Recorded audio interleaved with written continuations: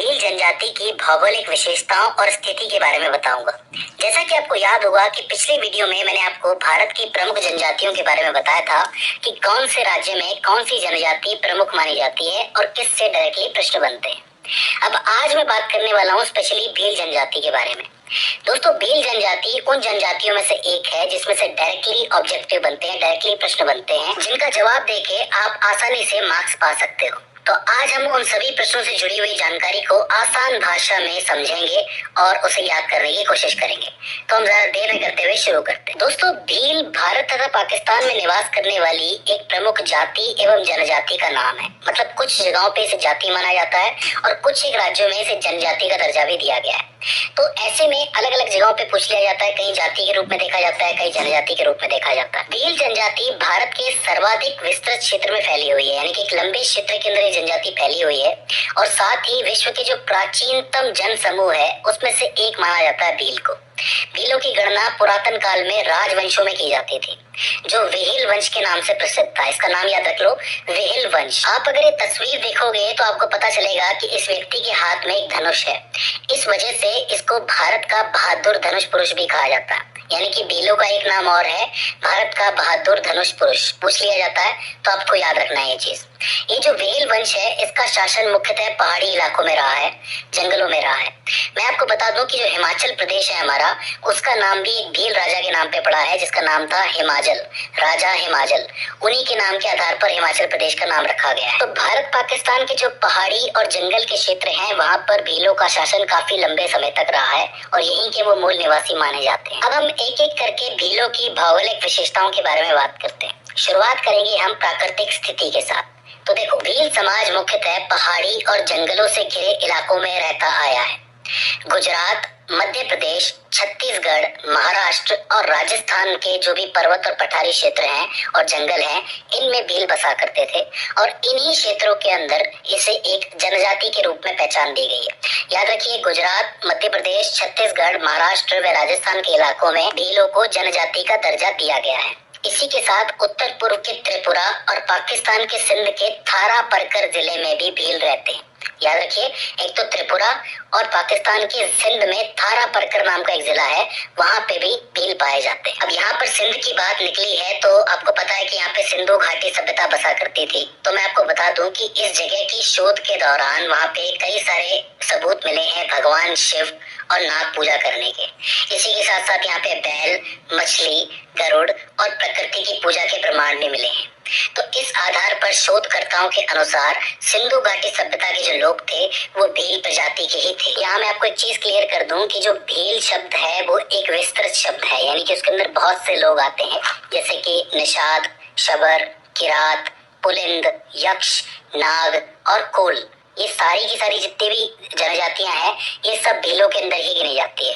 इसके अलावा और भी आती हैं, लेकिन ये प्रमुख मैंने आपको बता दी है। यहाँ पे एक इंटरेस्टिंग बात जानना जरूरी है कि कुछ इतिहासकार ये मानते हैं कि जो भील हैं वो आर्यावर्त के सबसे पुराने निवासी हैं। कुछ इतिहासकार भीलों को द्रविडियन से भी पुराना मानते हैं, तो कुछ इतिहासकार इन्हें द्रविडियंस ही मानते हैं।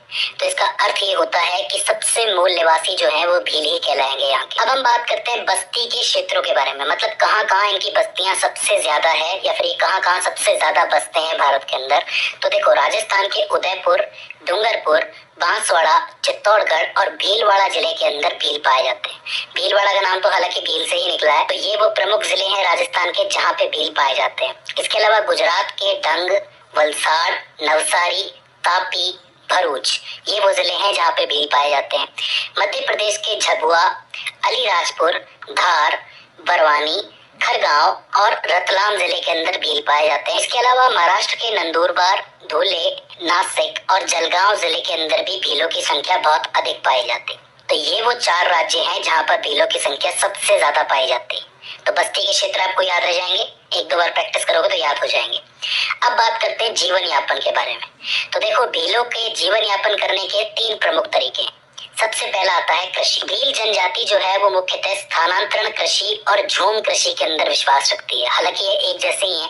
इसमें होता क्या है कि जो वनस्पति और पेड़ पौधे होते हैं उन्हें निकाल के काट के जला दिया जाता है और जमीन साफ कर ली जाती है। उस जमीन पर खेती की जाती है, फसल उगाई जाती है, लेकिन थोड़े समय के बाद जब उसकी उर्वरता कम हो जाती है, खत्म हो जाती है जमीन की, तो उस जमीन को त्याग दिया जाता है, छोड़ दिया जाता है। तो यानी कि जो कृषि वो करते हैं वो एक जगह पे रुक के नहीं करते। लेकिन इसका नुकसान ये है कि जो कृषि है वो पूरी तरीके से प्रकृति पर निर्भर करती है और अगर कोई आपदा आ जाए तो उससे फसल कम होती है और आमदनी भी कम होती है। तो इस वजह से प्रॉब्लम्स बनी रहती है। दूसरा जो तरीका है वो है वन उत्पादन का संकलन। इसका अर्थ ये है कि जंगलों या वनों से जो भी चीजें प्राप्त होती है प्राकृतिक रूप में, प्राकृतिक संसाधन जिसको कहते हैं, उसका इस्तेमाल करना। अब इसमें लकड़ी भी है, बांस भी है, गोंद, फल, फूल, जड़ी बूटियां, शहद, चारा, औषधीय पौधे और अन्य तरीके के वन्य उत्पादन जिनका ये इस्तेमाल करते हैं। अब हो सकता है कि ये फल और लकड़ी को बेच के पैसा भी कमाते भी हैं, लेकिन ज्यादातर चीजों का इस्तेमाल ये बेचने की जगह निजी रूप से भी करते हैं। तीसरा जो तरीका है जीवन यापन का वो है शिकार। ऑब्वियस सी बात है, वे जंगलों में रहते हैं, पहाड़ों में रहते हैं, तो शिकार तो एक जरूरी चीज हो जाती है, करना ही पड़ता है। तो शिकार भी एक तरीका है जिससे जीवन यापन हो जाता है। अब बात करते हैं इनकी संस्कृति और परंपराओं के बारे में। तो देखो, भीलों की संस्कृति में गीत, नृत्य और लोक कथाएं विशेष रूप से स्थान रखती। अगर हम नृत्यों की बात करें जिसमें से प्रश्न बनता है, तो भीलों के प्रमुख नृत्य हैं गवरी, गेर, भगोरिया, राई और लूर। ये वो प्रमुख नृत्य हैं जो भीलों द्वारा किए जाते हैं। ये सभी नृत्य जो हैं वो भील जनजाति की सांस्कृतिक, धार्मिक और सामाजिक जीवन का अभिन्न हिस्सा है। इन नृत्यों से उनकी परंपरा और जीवन की एक अच्छी खासी परख भी मिलती है। बात करें इनकी भाषा की, तो भीलों की अपनी भाषा भी होती है जिसको भीली के नाम से जाना जाता है।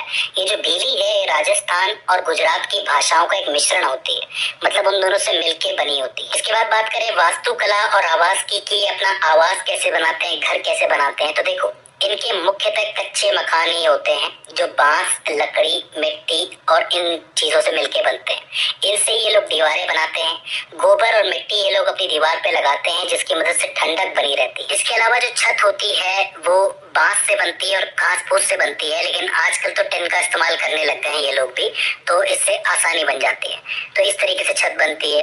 जो आकार और संरचना होती है घर की, तो वो छोटी ही होती है क्योंकि ये स्थानांतरित होते रहते हैं, एक जगह पे रुकते नहीं है कृषि के लिए। तो इसीलिए वो जो घर बनाते हैं वो ज्यादा बड़ा नहीं बनाते हैं। उसमें एक या दो कमरे हो जाते हैं और एक आंगन होता है जिसमें अन्य गतिविधियां हो जाती हैं। तो इस तरीके से एक मकान तैयार होता है भीलों का। वो अलग बात है कि सरकार अब इनके लिए भी कुछ कर रही है। काफी सारे लोगों को आवास बना के भी दिया गया है, तो ऐसे में इनके जो जीवन स्तर है वो सुधारने की कोशिश हो रही है। अब बात करते हैं इनके सामाजिक संगठन की। तो देखो, खानदान और परिवार की इनके अंदर बहुत महत्वता है। ये खानदान और परिवार बनाते हैं और साथ ही रहते हैं, संगठित होकर रहते हैं। और इनके अंदर पंचायत की व्यवस्था भी आज से नहीं, बहुत पुरानी है। तो जितने भी मामले होते हैं ये पंचायत के द्वारा ही सॉल्व करते हैं। तो सामाजिक संगठन भी ये आपस में बनाए रखते हैं। अब बात कर लेते हैं आखिर में इनकी समस्याओं की और चुनौतियों की। जाहिर है कि वक्त पूरी तरीके से बदल चुका है, तो अब इस सिचुएशन में इनकी समस्याएं भी बढ़ गई हैं, तो उन्हें जानना भी जरूरी है। सबसे पहले आती है शिक्षा। ऑब्वियसली इनका शिक्षा का स्तर बहुत कम होता है, जिसकी वजह से कम रोजगार और कम अवसर पैदा होते हैं इनके लिए, और इसकी वजह से इनका विकास हो नहीं पाता। क्योंकि शिक्षा बहुत जरूरी होती है किसी भी समाज के विकास के लिए, तो इनको शिक्षित करना जरूरी हो जाता है। इसके बाद दूसरी चीज है स्वास्थ्य सेवाएं।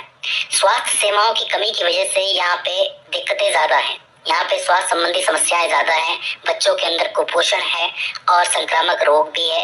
इसके अलावा जब भी औरतें बच्चों को जन्म देती हैं तो मातृ और शिशु मृत्यु दर बहुत ज्यादा है, मतलब बाकियों की तुलना में बहुत ज्यादा है। क्योंकि यहाँ पे स्वास्थ्य सेवाएं नहीं है तो कभी कभी माँ की मृत्यु हो जाती है, कभी बच्चे की मृत्यु हो जाती है, और ये स्तर बहुत ज्यादा है। एक समस्या है आर्थिक स्थिति। अब देखो, जितनी भी भील प्रजाति है वो मुख्यतः कृषि, मजदूरी या फिर वन संकलन पर निर्भर है। या तो वो कृषि कर लेंगे या मजदूरी कर लेंगे या फिर जंगल पे जी लेंगे, जंगल पे जो मिल रहा है जंगल से उस पे जी लेंगे।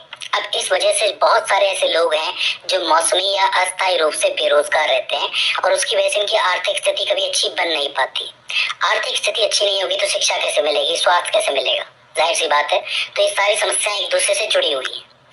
इसके बाद अगली दिक्कत आती है भू अधिकार की। जैसा कि मैं आपको बता चुका हूँ कि इनका क्या है, कोई भू अधिकार होता नहीं है। ये बेसिकली कृषि करते हैं, थोड़े समय के बाद स्थानांतरित हो जाते हैं। तो ऐसे में इनके पास जमीन होती नहीं है और कभी भी इनको बेदखल किया जा सकता है, कभी भी इनका विस्थापन किया जा सकता है और उस विस्थापन की वजह से बहुत तकलीफ पैदा हो जाती है। तो ये भी एक समस्या है। इसके बाद आता है सामाजिक भेदभाव। अब जाहिर सी बात है कि जनजाति है तो सीधी सी बात है, भेदभाव से तो गुजरते ही हैं ये लोग, क्योंकि मुख्य धारा का समाज इनको अपना मानता नहीं है और उस वजह से इनका जो राजनीतिक और सामाजिक जीवन है वो दुभर हो जाता है। आप ये चाहते हैं कि इन्हें मुख्य धारा में शामिल किया जाए और आप ही इनका विरोध कर देते हैं, इन्हें भेदभाव कर देते हैं, तो ये कैसे मुख्य धारा के अंदर आएंगे? तो ये भी एक समस्या है। और आखिर में आती है प्राकृतिक संसाधन की समस्या। अब जैसा कि मैं आपको बता चुका हूँ कि जंगलों में, पहाड़ों में रहने वाली जनजाति है, तो आजकल आपको पता है क्या हो रहा है कि जितने भी प्राकृतिक संसाधन है उनका हनन किया जा रहा है बड़ी बड़ी कंपनियों के द्वारा, बड़ी बड़ी फैक्ट्रियों के द्वारा।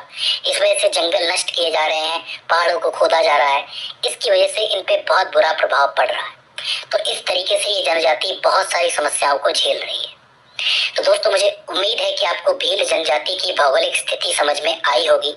अगर इसके बाद भी इसके अंदर आपको कोई क्वेरी आती है, कोई दिक्कत आती है, तो आप हमें कमेंट सेक्शन में बता सकते हो। तो दोस्तों, आज की इस वीडियो के अंदर बस इतना।